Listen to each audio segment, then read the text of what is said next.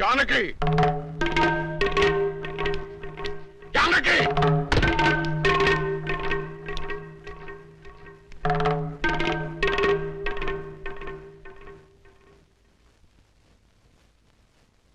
ఇప్పుడు నీ కళ్ళు చల్లబడ్డాయా? నీకు తృప్తిగా ఉందా? నా మనవడు ఊళ్ళో ఉంటే నీ మనవరాలకు పెళ్లి కాదని వాడిని ఊళ్ళోంచి బయటికి గెట్టేయమని సలహా ఇస్తావా? ఆనాడు నా తల్లిదండ్రుల్ని చంపుకోలేక నా ప్రేమను చంపుకొని నిన్ను పెళ్లి చేసుకోలేదు. ఆ కక్ష మనసులో పెట్టుకుని నీ మనవరాల్ని నా మనవడి మీద గుసుకొల్పి వాడిని ప్రేమలో దించి వాడి మనసు ముక్కలు చేస్తావా? అందుకే చాలగా వాడిని ఊళ్ళోంచి గెంటిస్తావా? వీరుడు నోరు మొయ్. నా పేరు వీరయ్య దొర. పెళ్లి పెటాకులు కాని నీకు, పిల్లా జల్లాలేని నీకు కడుపు తీపి గురించి ఏం తెలుసు? నా మనవడు ఇప్పుడు ఎక్కడున్నాడో ఏమయ్యాడో తెలియటం లేదు. 4 రోజుల లోపల వాడు ఊళ్ళో కనుక రాకపోతే నేను రాక్షసుడు అయిపోతాను. ఈ అవమానం భరించలేక వాడేదైనా అఘాయిత్యానికి పాల్పడితే అందుకు కారణమైన ఏ ఒక్కరూ ప్రాణాలతో ఉండరు. జాగ్రత్త.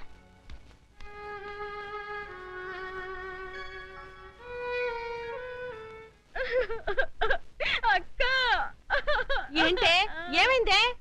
సీనుబాబుని ఊళ్ళో నుంచి ఎల్లగొట్టారక్క. ఆ విషయము నేను విన్నాను. అంత మాత్రం దానికి ఏడుస్తూ కూకోవాలంటే ఎరిమోహమా? సీనుబాబు 4 రోజులు ఊర్లో లేకపోవడం మనకే మంచిది. ఊర్లో ఉన్నాడనుకో లటుక్కున ఏదో ఒక రోజు జానకమ్మ మనవరాలి మెల్లో తాళి కట్టేస్తాడు. ఇప్పుడు అసలు భయమే లేదు. ఒకవేళ 4 రోజుల తర్వాత తిరిగి రాకపోతే ఉలిపై పొట్టేం కాదు, రాకెక్కడికి పోతాడు? నువ్వు ఏడుతూ కూకోమాక. మంది ఇప్పుడు దొరల వంశం.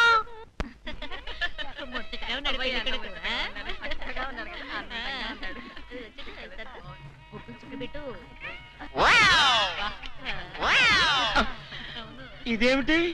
ముక్క మీద నల్ల చుక్క కదా పెట్టాలి, తెల్ల చుక్క పెట్టారేమిటి? నల్ల బొట్టు పెడితే నీ రంగులో రంగు కలిసిపోద్ది. నువ్వు పొగ్గుకుంటావు కదా, అందుకే నేనే తెల్ల చుక్క పెట్టమన్నా. డాడీ అందరికి కాఫీ టిఫిన్ అవి అందేలేదు చూడు. అదేమిట్రా, కళ్యాణ మండపం ఇంకా రెడీ కాలేదు? ఇటీ తీసుకోండి.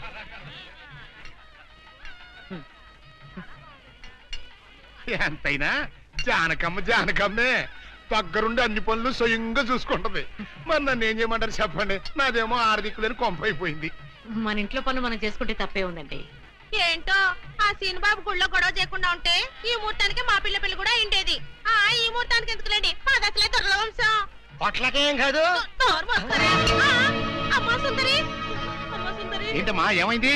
ఏమోనండి, ఉన్నట్టుండి కళ్ళు తిరిగి పడిపోయింది. సుందరి రండి రండి. పాపం ఉన్నట్టుండి పిల్ల కింద పడిపోయిందండి. మీరు చూడండి.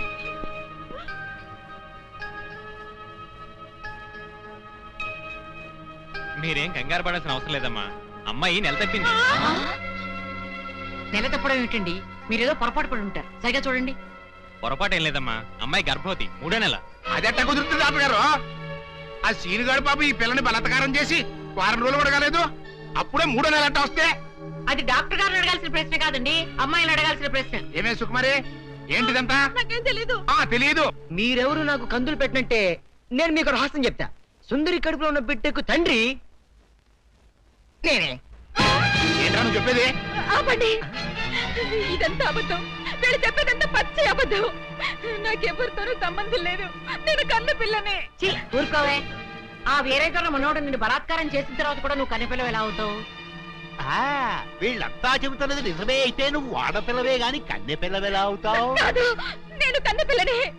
నన్ను సీనుబాబు పాడు చేయలేదు. ఏంటి? సీనుబాబు నిన్ను పాడు చేయలేదా? మరి అతనే నిన్ను బలాత్కారం చేశారని అయ్యాల పంచాయతీలో ఎందుకు అబద్ధం చెప్పావు? సీనుబాబుని నేను ప్రేమించాను, కానీ సీనుబాబు సౌందర్యని ప్రేమిస్తున్నాడు. సీనుబాబు నాకు కాకుండా పోయాడు అనుకున్న బాధతో నేను చచ్చిపోబోతే, సీనుబాబు నీకు దక్కాలంటే నేను చెప్పినట్టు నాటకం ఆడమంది మా అక్క. అంతేగాని నేను చెడిపోయిన దాన్ని కాదు. సీనుబాబు నన్ను పాడు చేయలేదు. అసలు నేనే తప్పు చేయలేదు.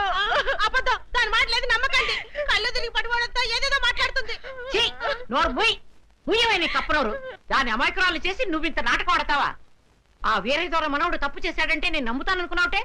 నువ్వు ఆడిన నాటకం నలుగురికి తెలియడం కోసమే నేను ఇలా నమ్మినట్టు నటించాను.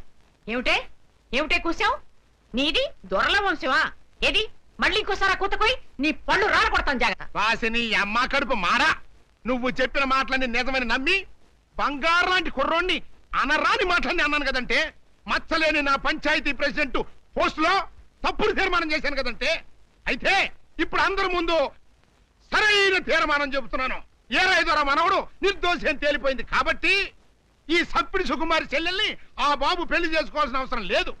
అంతేకాదు ఈ సప్పిడి సుకుమారి తను చేసిన తప్పుకి ఈ గ్రామ పంచాయతీకి 10,000 రూపాయల జరిమానా కట్టాల్సిందే.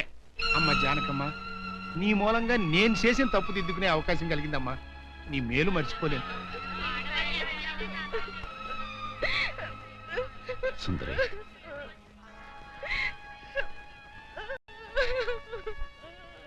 నిజమేంటో అందరికీ తెలిసిపోయింది. ఇంకా ఎందుకు బాధపడతావు? ఊరుకో. సౌందర్య, నానత్త, నేను విన్నదంతా నిజమేనా? అవునమ్మా, అది చెబుదామని వచ్చాను. నానత్త, పిచ్చి తల్లి, సీను నా కళ్ళ ముందు పుట్టి పెరిగిన బిడ్డమ్మా. అతను ఎలాంటివాడో నాకు బాగా తెలుసు. అందుకే నువ్వు సీనుని ప్రేమిస్తున్నావంటే నేనెంతో సంతోషించాను, ప్రోత్సహించాను కూడా. సీను నిర్దోషిని రుజువయ్యే వరకు అతని ఊళ్ళో ఉండకూడదు. ఉంటే సుందరికి సీనుకి పెళ్లి జరిగిపోతుంది. అలా జరగకుండా ఉండాలని సీను నీ ఊరి నుంచి బహిష్కరించేలా చేశాను. పాపిష్టిదాన్ని, నా సీనుని ఎంతో బాధ పెట్టాను. ఇప్పుడు ఎక్కడున్నాడో, ఏమైపోయాడో ఎలాగైనా వెతికి పట్టుకుంటాను. ఎక్కడని వెతుకుతావు? అవును, ఎక్కడని వెతుకుతాను? పిచ్చి పిల్ల, నువ్వెక్కడా వెతకనవసరం లేదు. నేనే సీనుని రప్పించాను. నిజంగానే నానత్త? మ్మ్. మోహన్ చూడరా. సీను, సీను,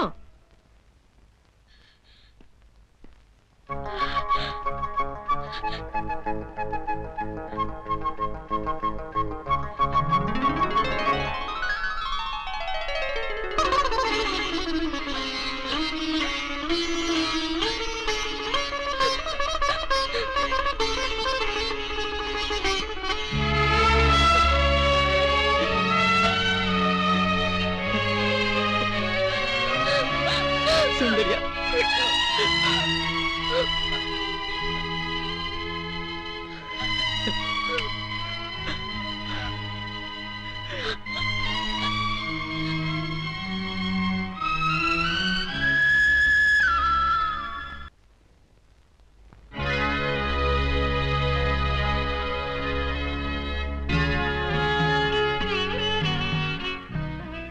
జానకి, చచ్చా, ఏమిటో ఇది? ఊరంతా వెలివేసిన నా మనవణ్ణి నువ్వు ఒక్కదానివి వెనకేసుకొచ్చావని తెలియక నేను నానా మాట్లాడాను, నన్ను క్షమించు అంటావు, అంతే కదా? నిన్ను ఇప్పుడేమిటి, 40 సంవత్సరాల క్రితమే క్షమించాను. వీరుడు, ఆ రోజు నేను పంచాయతీలో అలా ఎందుకు మాట్లాడానో చెప్పాలని నీ తోటకొచ్చాను. నువ్వు నా మొహం కూడా చూడకుండా వెళ్ళిపోయావు. సరేలే, ఇప్పుడు అవన్నీ ఎందుకని పెద్దిరాజుతో చెప్పి ముందు ఆ పెళ్లి ఆపాలి. అదే ముహూర్తానికి సీను సౌందర్యాల పెళ్లి జరిపించాలి. పెద్దిరాజు ఆ పెళ్ళాపడానికి ఒప్పుకుంటాడంటావా? పెద్దిరాజు చాలా పెద్ద మనసు కలవాడు. మనం వెళ్ళి సీను సౌందర్యాల ప్రేమ గురించి చెప్తే తప్పకుండా ఒప్పుకుంటాడు. పద, వెళ్దాం పద. అవునమ్మా, నాది పెద్ద మనసే, నేను కాదన్ను. నేను అతి మంచోండి, అది కాదన్ను. అట్టా అని చెప్పి నా కొడుకు పెళ్లి పేట్ల మీదే ఆపు చేసే అంత పెద్ద మనసు నాకు లేదమ్మా. ఇంకా పెద్ద మనిషి అనిపించుకోవటం కోసం నా కొడుకు బతుకు బజారు పాలు చేసేంత చిన్న మనిషిని కూడా కాదు. ఇంకా మీరు వెళ్ళండి. అది కాదు పెద్దిరాజు, నా మనవరాలు వీరయ్యదుల మనవుడు ప్రేమించుకున్నారు. మరి ఆయన మనవాడిని ప్రేమించిన పిల్ల అయితే నా కొడుకుని పెళ్లి చేసుకోవడానికి అట్ట ఒప్పుకుందండి. అందరితో పాటు నా మనవరాలు కూడా సీనును అపార్థం చేసుకుంది. తన ప్రేమ విఫలమైందన్న ఉక్రోషంతోనే మీ అబ్బాయితో పెళ్లి కొప్పుకుంది. సీను నిరపరాధిని నిరూపించడం కోసమే నేను కూడా ఇంతవరకు ఆగవలసి వచ్చింది. అంటే మీ పిల్లల ప్రేమ కోసం నా బతుకుని భాగంగా పెడతారన్నమాట. ఏమా, పిల్లని అడిగాం, మీరు సరేనన్నారు, శుభలాకి అత్యించాం. ఇప్పుడు వాళ్ళందరూ పెళ్లికి వచ్చారు. ఇప్పుడు పెళ్లి ఆపు చేయమంటే నా పరువు ఏమవుద్దో ఒక్కసారి ఆలోచించవా? నిజమే పెద్దరాజు, ఆ మాట నిజమే. కానీ ఈ పెళ్లి జరగకపోతే ఆ పసిపిల్లలిద్దరూ బతకరు. ఈ పెళ్లి జరగకపోతే నా కొడుకు బతకడండి. అవును, నేను దక్కను కాక దక్కను, ముందు నేనే చచ్చిపోతా. ఎన్నారుగా మీ మనవడ కోసం నా కొడుకుని చంపుకోమంటారా? పెద్దరాజు గారు, నా కూతురు పెళ్లి విషయంలో వాళ్ళకి ఎలాంటి సంబంధం లేదు. మా అమ్మాయికి మీ అబ్బాయికి పెళ్లి జరిగి తీరుతుంది.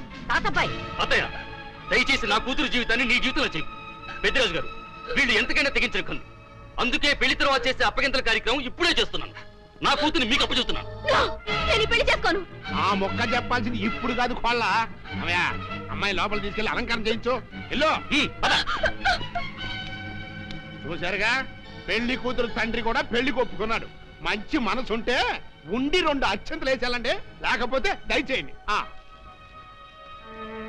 చేద్దామంట సౌందర్యని పెద్దిరాజు నుంచి బయటికి తీసుకొస్తాం. ఎవరు వస్తారో చూస్తాం. అంటే కిడ్నాప్. నువ్వెక్కడ దొరికావయ్యా? సీక్రెట్ గా ప్లాన్ చేస్తుంటే ఊరంతా వినిపించేట అరుస్తా. దానికి నువ్వు ఎందుకు మావా? మేమున్నాం. పదండ్రా.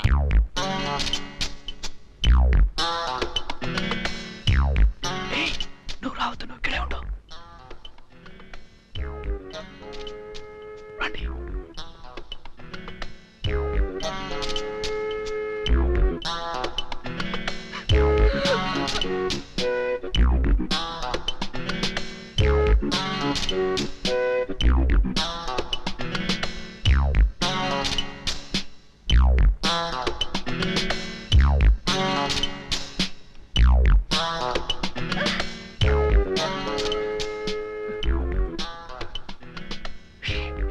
సౌందర్య,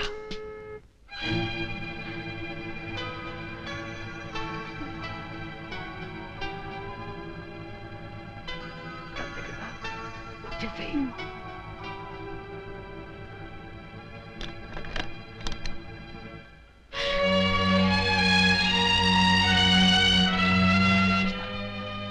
నువ్వు ఎప్పుడు వేసుకుని నువ్వు వెళ్ళిపో. నీకు అన్ని మేనేజ్ చేస్తాను. రా రా.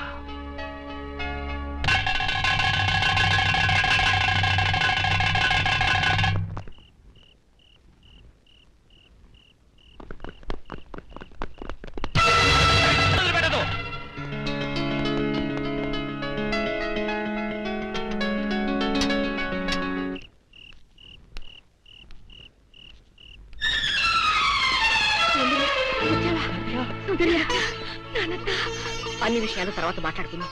మీకు అరగంటలో రైలు ఉంది. ఇద్దరు తిరుపతి కొండ మీదకి వెళ్ళి పెళ్లి చేసుకోండి. ఇక్కడి పరిస్థితులు బట్టి వీలుంటే మేం కూడా ఆ సమయానికి అక్కడికి వస్తాం. ఇదిగో మీ టికెట్లకి ఖర్చులకి ఈ డబ్బు తీసుకోండి. తాతయ్య, మీరు తొందరగా వెళ్ళాలి. సౌందర్య తప్పించుకుందన్న విషయం పెద్దిరాజుకు తెలిసే లోపలే మీరు ఈ ఊరు వదిలి వెళ్ళిపోవాలి. ఏం పర్వాలేదు, ధైర్యంగా ఉండండి. బయలుదేరి పదండి. బయలుదేరి బయలుదేరి.